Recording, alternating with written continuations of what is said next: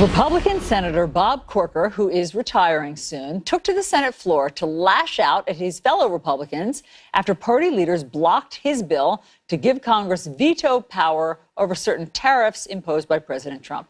Corker accused the GOP of cowering to the president.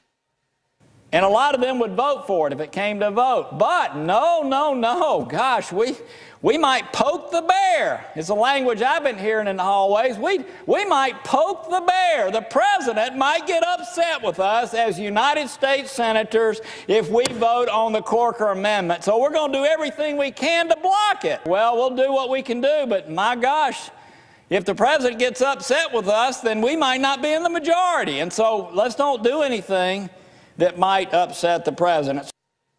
All right, let's discuss all of this with CNN political commentator Scott Jennings and Ana Navarro. Great to see both of you.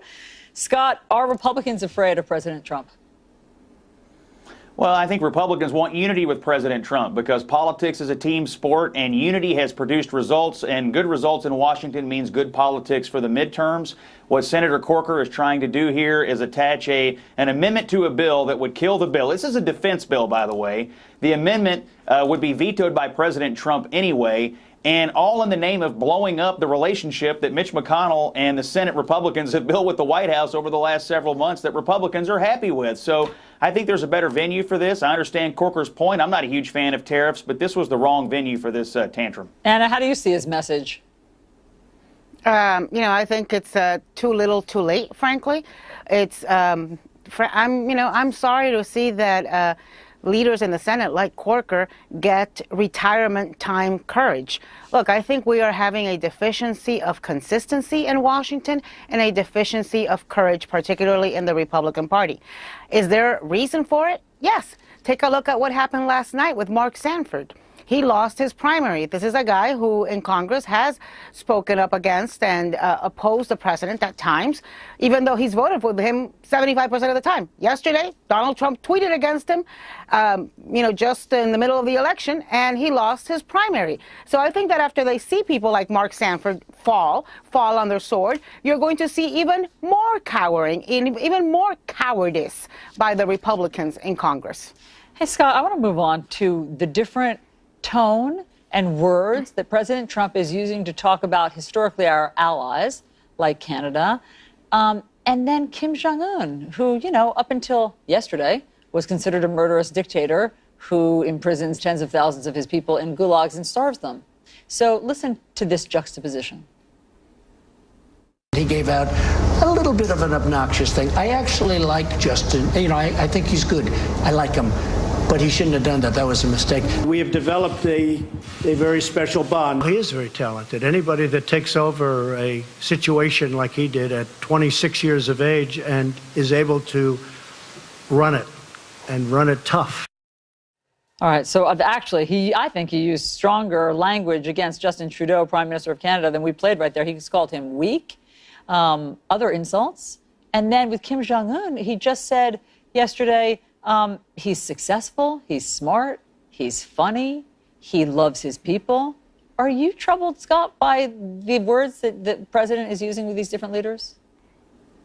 No, I think the president views all these things very similarly. These are transactional issues for him, and I think on any given day, if he thinks that slamming you is going to get him what he wants, he will do it. If he thinks that flattering you is going to get him what he wants, he will do it. He has flattered Trudeau. He has attacked Trudeau. He has attacked Kim Jong-un. He has flattered Kim Jong-un. I think he believes that these things are all part of some elaborate negotiation and that at any given time he can change his attitude if he thinks that will bring you closer to what he's trying to achieve for the American people. So I would expect this relationship with both leaders, frankly, to go hot and cold as the president sees fit as it relates to his strategy on negotiating. Anna, do you have any problem with President Trump saying that Kim Jong-un loves his people? Of course I do. Take a look at what the people of North Korea look like. Take a look at the suffering that they're going through. He is a cruel dictator. Look, I don't have an issue with Trump meeting with Kim Jong-un. And I'm not sure that there was an option. If I was sitting in Hawaii right now and thinking about and fearing nuclear bomb drills, I would say it's a good thing that they are meeting and hopefully something can happen.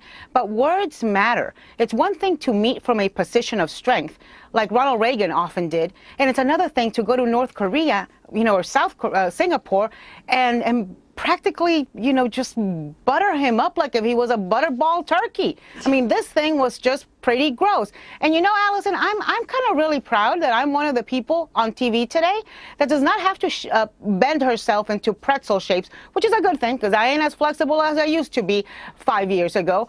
I couldn't deal with Obama palling around and going to a baseball game and having popcorn with Raul Castro, who is a ruthless dictator.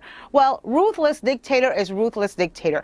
Americans should not legitimize. American presidents should not use the platform to legitimize and normalize a ruthless dictator, whether it is of the left, whether it is of the right, whether it is in Cuba, whether it is in North Korea.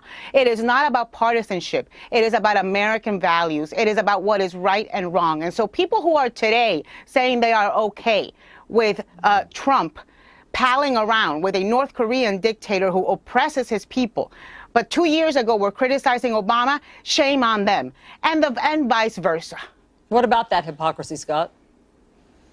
I think that there's a huge difference between the Cuba situation and North Korea, and that is North Korea is aiming nuclear weapons at us. And I don't think the president's palling around with Kim Jong-un. I think he's trying to defang Kim Jong-un. I think he's trying to denuclearize the peninsula. And I think he's trying to break a... He's wildly flattering. Yeah, and this is what he does. We've seen him do it in Washington. We saw him do it before he got into politics. This is the way he handles these negotiations. Now, look, we're at the beginning of a process that may or may not work out. And I am fully aware that the North Koreans may lie the way they've lied to us for decades. But I'm willing to give peace a chance, and I think we ought to give the president some rope here to see if he can break a logjam that's been decades in the making by a political establishment that has banged its head against the wall. Got it. But, Scott, just so that we compare apples to apples, you know that there was huge outcry from Republicans, from conservative media, when President Obama, then Barack Obama, I think he was a candidate, dared to suggest that he might meet with a dictator or North Korea without preconditions. So how do you square that? Yeah, and nobody trusted Obama to do the right thing. And guess what? It was borne out. The fears about Obama were borne out. I mean, how about the Syrian red line that he drew and was crossed and did nothing about? I think people trust Trump more than they trust Obama to deal with these people. When he suggested that he would meet with North Korea, there was hue and cry. When President Trump suggested that he would meet with North Korea, there was applause. Just explain it. Yeah, I think the explanation is it's the president's duty to protect us as the American people from nuclear war. He believed we were on the brink of nuclear war. We're farther away from that today than we were. Is all of this perfect? No. Is all of this rhetoric perfect? No. This is a messy situation, but if you want to be farther away from war, then today's a better day than it was last Anna, 10 seconds to wrap it up. Yeah, it's a two-word explanation, tribal partisanship. When my guy does it, it's okay. When the other guy does it, it's terrible.